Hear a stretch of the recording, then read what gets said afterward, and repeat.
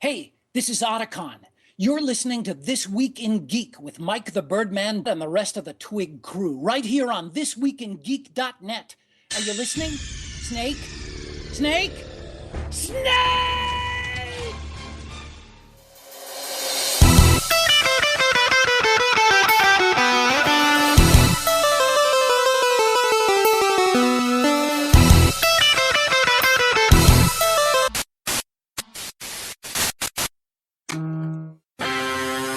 Teenage Mutant Ninja Turtles, Teenage Mutant Ninja Turtles, Teenage Mutant Ninja Turtles. Heroes in a half shell. Turtle power.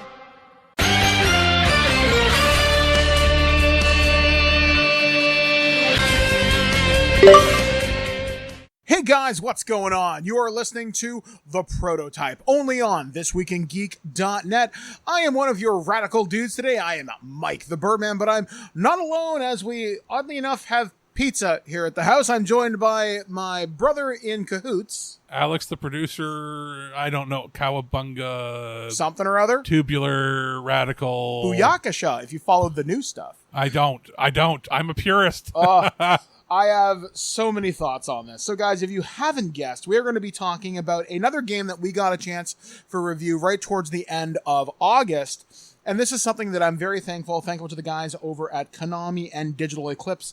They sent over 2 codes for the PlayStation 5 version of Teenage Mutant Ninja Turtles, the Cowabunga Collection. We are reviewing this on the PlayStation 5. So, if you've been following TWIG for a number of years, you may recall that I am a pretty big TMNT fan.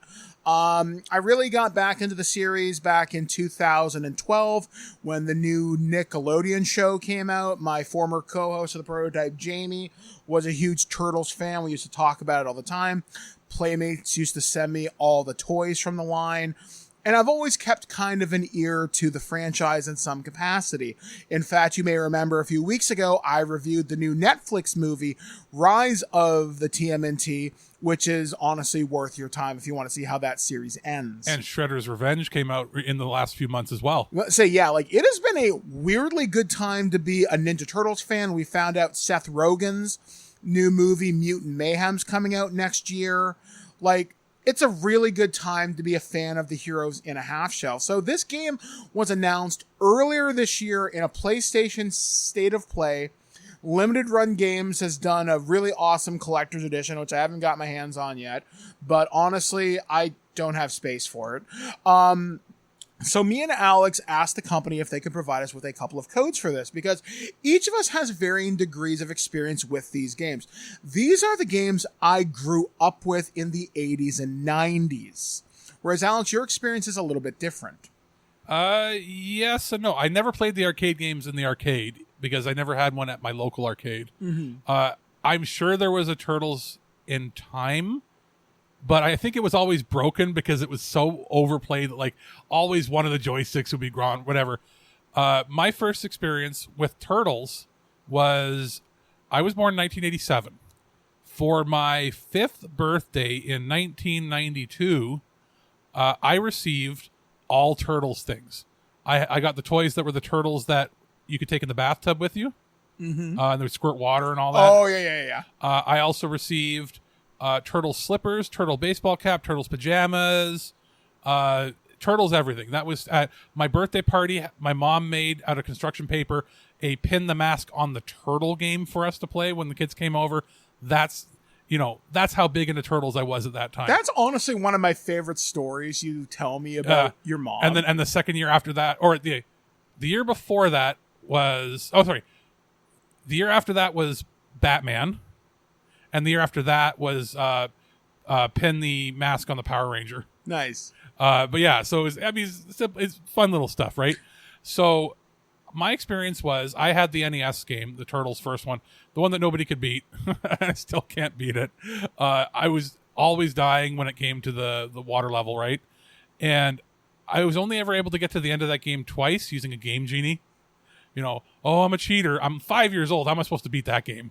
But anyway, I then played the Turtles 2, the arcade game, at a friend's house, and Turtles 3, the Manhattan Project, my cousins owned. So whenever I would visit them, we would play that when I was like 7 or 8, incessantly. And then I also rented. My friend had a Super Nintendo when it was brand new, and we rented Turtles in Time and beat it in one sleepover when I was 8 years old. And then outside of that, I didn't know there was a Genesis game that was based on Turtles. I didn't know there was Tournament Fighters until I got the NES card at a garage sale one time in the late 90s, and then sold it for like $5 when I paid like $2 for it. And then you find out it's stupid expensive now. Yeah, but I mean, that was the times, right? Yep. And then I didn't play Turtles at all. I got out of the Turtles fandom when the show basically ended, which is when these initial games stopped being produced. I think I played one of the Game Boy games. My other cousin had that on Game Boy, so I might have played it for a little bit. But the next time I was introduced to Turtles was my brother had a GameCube. I was the guy with the PlayStation. My brother had the kid's GameCube because he was younger, and he had the 3 Turtles games that came out for that. Yeah. So I played a bit of those. And then we go forward to now where I hadn't played some of these games ever or in 20 years or 25 years. For me, I obviously played the first game when it first came out. I don't remember getting past the 3rd level just because I was so drained of energy after the underwater stage. I think I got to it once on my own without codes, but the problem was I lost Donatello and You need the Leo range. during that, and I was like, well, I'm done. I can't beat the game. I remember getting TMNT 2 for my birthday or graduation, one or the other. I remember the little Pizza Hut personal pan pizza coupon, which is something we'll actually talk about when we get to the extras for this game. Turtles in 3: The Manhattan Project was the first game, or one of the first games I bought with my own money. I was delivering phone books with my grandmother. Oh, you were that kid. Oh, I was that kid. So I hung on the side of a truck driving down the highway, chucking phone books on the Indian reservation that I was delivering to. And I bought that game, and I bought DuckTales, I think, within the same couple of weeks, and Mega Man 3. I bought Turtles in Time, or I got that I think I was in grade 4 or 5. And I actually have a really good memory of the arcade game. I first played TMNT Turtles in Time at the local bowling alley in a place where I grew up called Owen Sound. And I think I spent $25 beating it because I really wanted to see the end.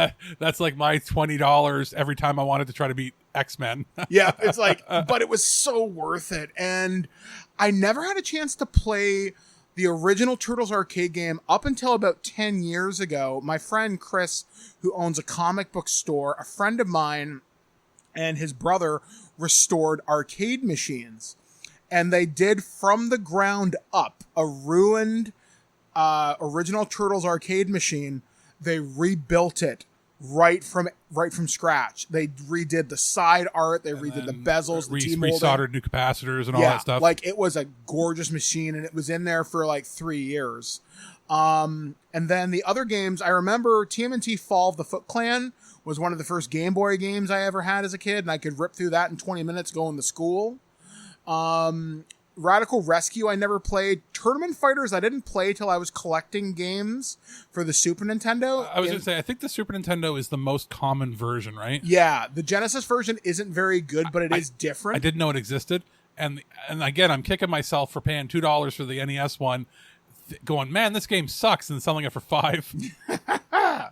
And Hyperstone Heist has a very special place in my heart. I used to go game hunting with a former co-host of the show named Liam, and I remember we drove, this would have been about 2012, it was after I got married, and we went game hunting across southern Ontario. We drove all the way to Belleville and drove all the way to London in one day, and we went to this guy's creepy murder basement, but we bought $50 worth of Sega Genesis games. Some of them were rare as hell. And one of the games I got to pick out was Hyperstone Heist. But I never beat it because there is a boss rush that's incredibly annoying. Yeah, and for those that don't know, it's a variation that's altered significantly from Turtles in Time. Yeah, it's basically Turtles in Time, the Great Value version, with slightly different story and ending. Yeah, it's different. Basically, Shredder shrinks down the island of Manhattan because reasons. It's Turtles in Time without the time travel. Yeah, basically. So to give you an idea what the Cowabunga Collection is, I'm actually going to read you all the games that are in the collection, then we'll get into our review proper here. So the Cowabunga Collection includes the original NES game, the Turtles arcade game, the Turtles into the arcade game, which is the NES port, TMNT Fall of the Foot Clan, which is the Game Boy game, Turtles in Time, which is the arcade version, TMNT 2 Back from the Sewers, which is the second Game Boy game, TMNT 3 The Manhattan Project, the final NES game and one of the last games released for the console, the Ninja Turtles port of Turtles in Time, the Super Nintendo port, Hyperstone Heist. Then you get TMNT 3 Radical Rescue, which is the last Game Boy game. Then you got the 2 Tournament Fighters for the NES and the Sega Genesis. And then the NES version of the Tournament Fighters, which has a significantly reduced roster, but is incredibly rare. And press the options or start button, and you get the Japanese version of each as well. Yes, so you are getting a shit ton of games. They sometimes play slightly different. There were alterations done, and each one, this is going to lead into one of the features they've added. They've added enhancements, which usually just means things like maybe slightly reduced flicker or things to help with the emulation. But they've gone and done actual ROM hacks here. This isn't just changing the hex values in the emulator. They've gone and changed things because each game, including each Japanese version, have their own set of essentially codes. Some of them are God mode, where it's like very hard to die. Some of them are level select. Some of them are this and that. Some of them are infinite lives. And it's not just a ROM hack, because if it was a ROM hack or a simple hex editor, it would just be editing the memory, and when you lose a life, it wouldn't show a life being lost. But if you look, Michael, in the games, when you switch it to infinite lives in a few of the games, it actually adds new art to where your life counter is and switches it to an infinite symbol. Yeah, I noticed that when we played through the Manhattan Project. It adds new sprites. Yeah, I was like, that's not there. And flicker removal and smoothness. And the only thing that they didn't do that I would have liked if they had done it is they didn't fix the frame rate issue in the original Teenage Mutant Ninja Turtles. And I don't mean the slowdown. They fixed the slowdown. But what's weird is the jump mechanic has always been timed as if it was for a 60 hertz TV, but the game only runs in 30 hertz mode. That's why it has the weird moon jumps where you feel the timing is always off. Yeah. The game is more difficult because they made an error in the initial programming. There's entire YouTube videos explaining how you could fix it. Yeah, there's also a weird YouTube video I saw explaining how the hit detection on the seaweed level is stranger than you think. Yeah, there's the game was so rushed in Japan, they didn't even know what the show was. It's the similar situation that Konami had with a lot of other arcade games too. They didn't even know what the game was supposed to be or what the show was like. So they rushed through, and the programming was a hack and slash job to try to get it to run. So I was kind of hoping with these hacks they might have fixed some of that, or given you the God mode for that level to even if it wasn't going to be God mode for the rest of the game, to make it easier, because that's the game that deserves an easy mode more than anything. It would have been nice if there was a hack for level 2 or level 3 where it just says take no damage from seaweed, just from the one part of the game. Because I feel like if you can get through that part of the game, most people can beat the game. Most people just can't get through that part. Yeah, it's the seaweed and the Technodrome are the two hardest parts of that game. But the rest of the games have lots of options. There's God mode, level select. And in the arcade games, as well as Turtles 3 in the Manhattan Project, they all have options to actually alter the jump mechanics, like I was talking about. Change direction midair, adding, closing the window so that when you jump, you can do your drop kick when you're not at full height. Things that you couldn't do. So it can be done. It's just, I'll bet you that the original code for the original TMNT game is such a spaghetti loop of messy code that it was too difficult for them to do. But they did make it easier on the eyes by removing the sprite limit that did the massive slowdown. Yeah. And they reduced the flickering. So there has been a difficulty bump in the lower direction to be more manageable.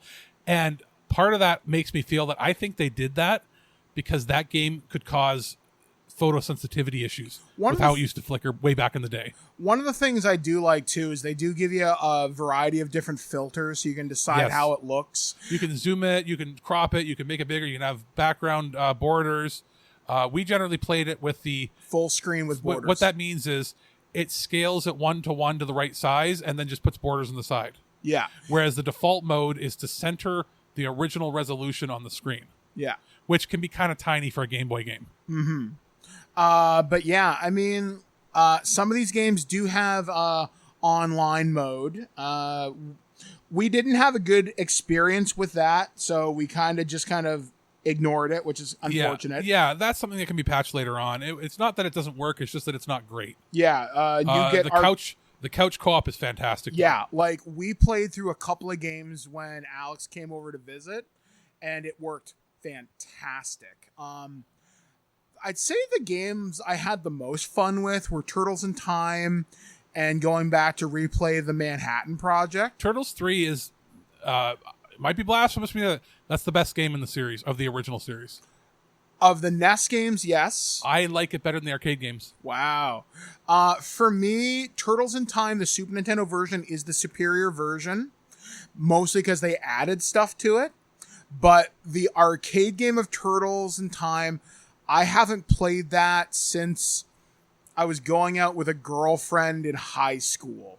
And it was such a trip down memory lane to see these sprites, to hear these voice samples I haven't heard since I was a teenager.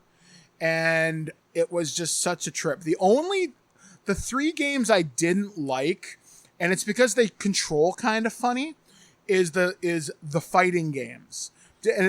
Even on the easiest difficulty, they're still too hard. Yeah, like it's weird. Like if you play the story mode, you have to beat it at a certain difficulty level, because once you beat Shredder, you should go on to Karai, but you don't. It's like you must train at a harder And that's difficulty if you're trophy level. hunting. If you're playing 2-player, it's okay. The AI is kind of wonked in each version. Basically, any 90s era fighting game has the M. Bison era of cheapness, or Akuma level of go to hell. Let's be honest. They were always there. It's fantastic they're included because they are a cool piece of history. Plus, there's codes added for some options for difficulties, as well as boss modes where you can play as the bosses. Lots of cool stuff. If you're playing multiplayer, it's fine. Yeah. It really truly is. But the games were known as being crappy single-player experiences back in the day. They just were. It's a widely known thing. But that doesn't mean that they haven't had good quality of life updates here. There are plenty of Super Nintendo, especially fighting games, that were all just clones. That were clones or garbage. Like the Double Dragon ones that were known as just clunky or didn't work.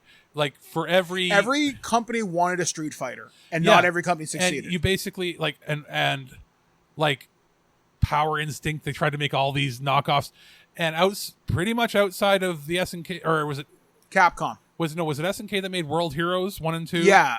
Or Fighter's History or something. Outside of those 2 or 3 titles that reported, very few fighting games were as good as Mortal Kombat and Street Fighter. Yeah, like there weren't many good SNES era fighters. These were in the B and C tier of fighters, but it is really cool that they're included here. Same with the Game Boy games. You're going to have hit or miss. Not everyone's a winner. Yeah, but it's all up to taste. But as far as a guaranteed winner, you have Turtles 2 plus the arcade version, Turtles 3, which is exclusive to the Nintendo, Turtles 4 and its variations, and that in itself are 3, series and sub-series of games that are 10 out of 10s. Yeah. For their respective genres and consoles. Now, everything else is sort of icing on top of the cake. Now, speaking of one of the things that I want to talk about when it comes to sprite editing and ROM hacks, the Turtles 2 version and no longer has the Pizza Hut logo inserted. And there is no scan of the Pizza Hut coupon. Now, let's talk about the extras. The Turtles lair, whoever put this together, you are the most beautiful individual on the planet walking right now. And nothing has to be unlocked. It's there. Yeah, it's just there. And the only things that unlock, in quotes, is you get your trophies when you beat things. Yeah, like one of the things that I really appreciated, they have clean, high-resolution scans of every box, both American and Do Japanese. you know how they did that? They bought them and went to Konami's archives. Because Konami, like a lot of studios back in the day, didn't think of their preservation as much as they probably should have. The preservation of video games and the memorabilia was very much, as far as in the Japanese market, was mostly a Nintendo thing. Nintendo knew how to handle their brand that way. A lot of other companies were still run more like a business. They would do their games and move on. It's a very Western thing to, like, going back to Atari where you have all your collectibles and art and everything. But Konami has now seen how valuable this stuff is. They had to go on eBay and they had to go on all the Japanese sites, spend thousands of dollars obtaining sealed copies, new old stock of their old games. And now, obviously, they're going to have them on display and they have high-res artwork. They probably scan them at like 9,000 DPI so they have a permanent copy of it. Yeah. But they are pristine, like cardboard, unpressed, almost as if it's brand new because they took such good care of those new copies. There's scans of the manuals. No sun fading or anything. Scans of the manuals. Clips, press material, magazine adverts, which really surprised me. Screenshots of the cartoons with relevant characters that are in the games. Yep. As well as brand new strategy guides in each game that show you tips for each level. Now, the cool thing about that, and this may be a little bit before your time, Alex, the way the strategy guides are designed. It looks like a Nintendo Power magazine. It's Nintendo Power and GamePro. GamePro / EGM from that era. Yeah. Which means design documents. You remember the EGM reviews where they had those, the way the design look is, when they'd have the reviews and they'd have the guy's hair on fire when it was a good game. Or like GamePro, like almost like the old like Sean Baby style, hyper radical 90s extreme weird cuts ads that, you know, back in the day you had to do on paper, not on like InDesign. Like it's really, really cool. It looks like they grabbed a pristine copy, but it is something brand new made for each game. But it looks like back when Nintendo Power would say, we're going to have a 20-page or 10-page spread on the new game, and here's some tips and tricks. One of the other things I like, too, is they also have comic book covers from the original run. They have the IDW run. They show screenshots from other series. They've got press material here that's never been seen outside of the media. They've got design documents. One thing that really impressed me, and I'm probably like 10 people that remember this, they had a really shitty handheld game that was green. Okay, I was going to say, the only thing that should have been included as a joke is the Tiger Electronics game. I took that to school. I was not allowed to take a Game Boy to school. But you could take an LCD? So I had two. I had three. I had the Lion King one, which was garbage. They were all garbage. No, but I wanted to be cool. So I was allowed to have the Street Fighter 2 one, but the Turtles one was different.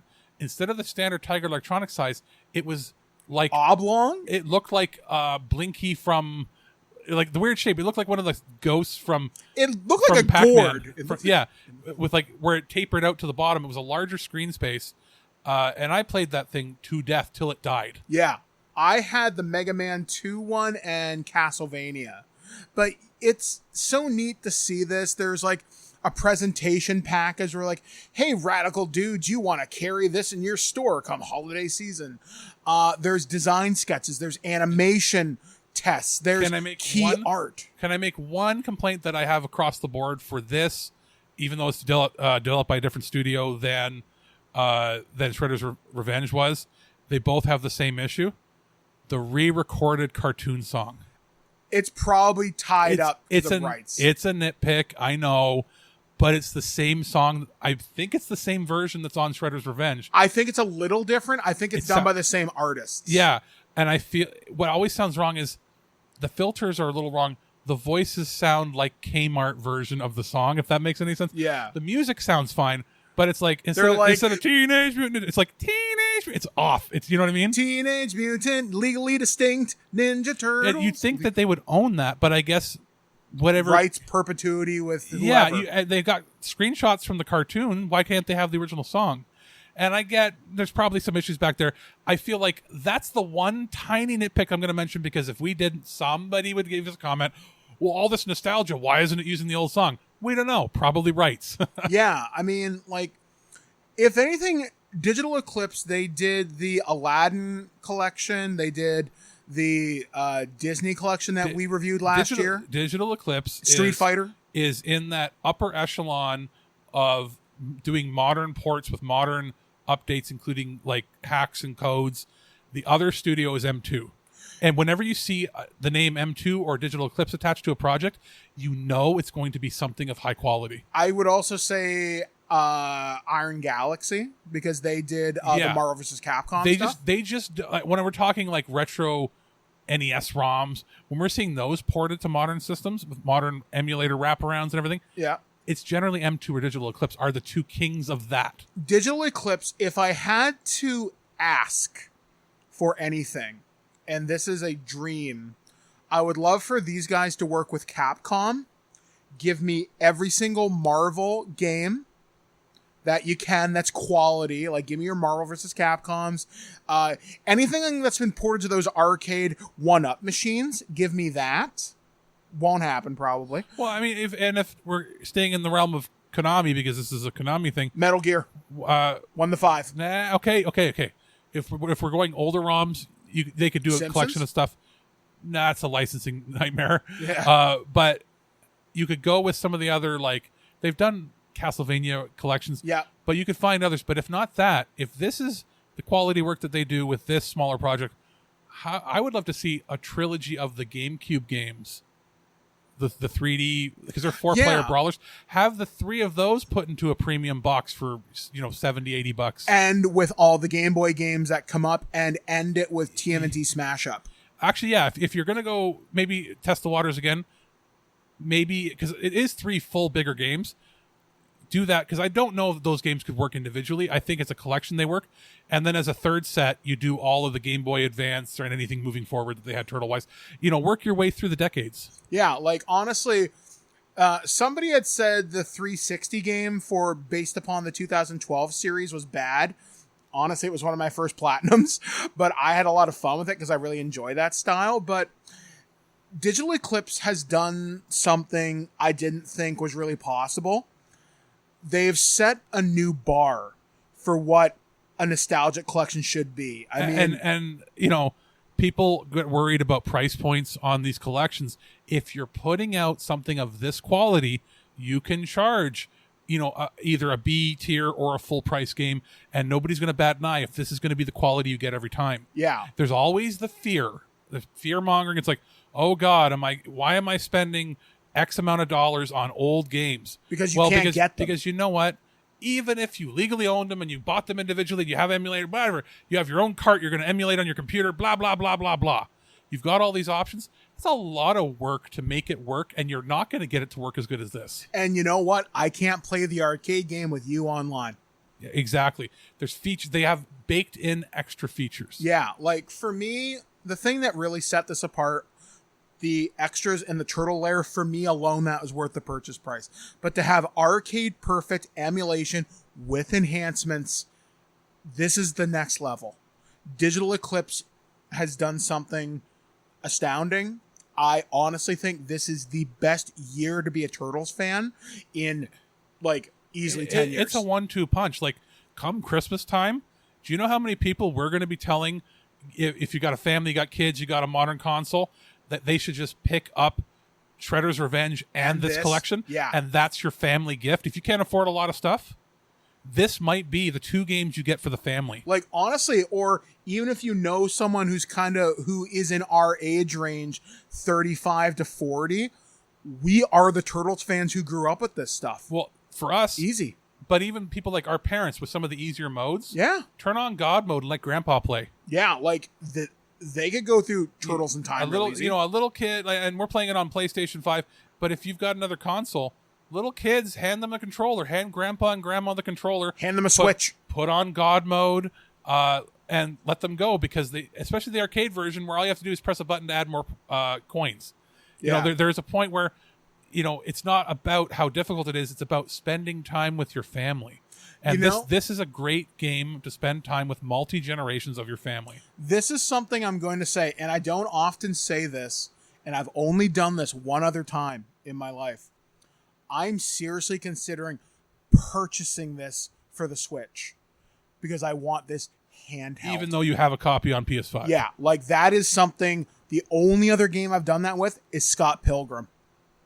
I never thought I'd double dip for something like this.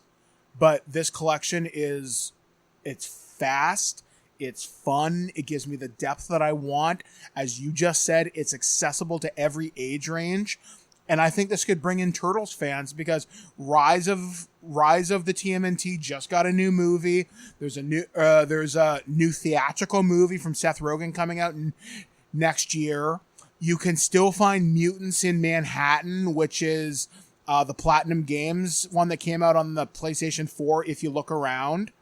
There's a lot of really good Turtles games out there, but this is the new hotness. Like, seriously, pick up this and Shredder's Revenge.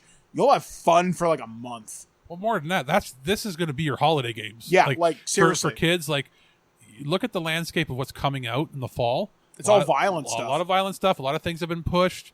As far as we know right now, there's not that kid-friendly Mario game coming. There's plenty of games that have come out in the last couple of years that could fill that void. But if you're looking for value of how much you get out of it, getting these two games, getting this alone is great. Getting the two of them together, they're both at a reasonable price. You know, you're getting a lot more value than a lot of games come with, even just with one big release, right? So I do think that this is going to be something that we're going to see like sales pick up around Christmas, because what else is there that offers this much right now? Yeah, like seriously, this is one of the best collections I've seen in like a year or two. If you can get your hands on the limited edition, well, you've got more pizza money than I do, but it looks pretty cool. But yeah, just pick this up in any capacity you can. We think it's worth it. So that's going to do it for us here on This Week in Geek. We are going to retreat back into the sewers, get ourselves some pizza with some extra flies and anchovies on it. So until next time, we have been training under Master Splinter. We have been Alex, the producer. I've been Mike the Birdman saying, Cowabunga, dudes. Catch you next time right here on ThisWeekInGeek.net. Teenage Mutant Ninja Turtles. Teenage Mutant Ninja Turtles. Teenage Mutant Ninja Turtles. Heroes in a half shell. Turtle power.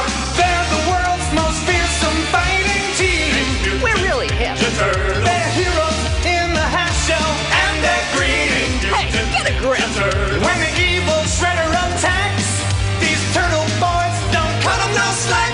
Teenage Mutant Ninja Turtles. Teenage Mutant Ninja Turtles. Splinter taught them to be ninja teens. He's a radical rat. Leonardo leads, Donatello does machines. That's a fact, Jack. Raphael is cool but rude. Give me a break. Michelangelo is a party dude. Teenage Mutant Ninja Turtles. Teenage Mutant Ninja Turtles. Teenage Mutant Ninja Turtles. Heroes in a half shell. Turtle power. Tonight I dine on turtle soup.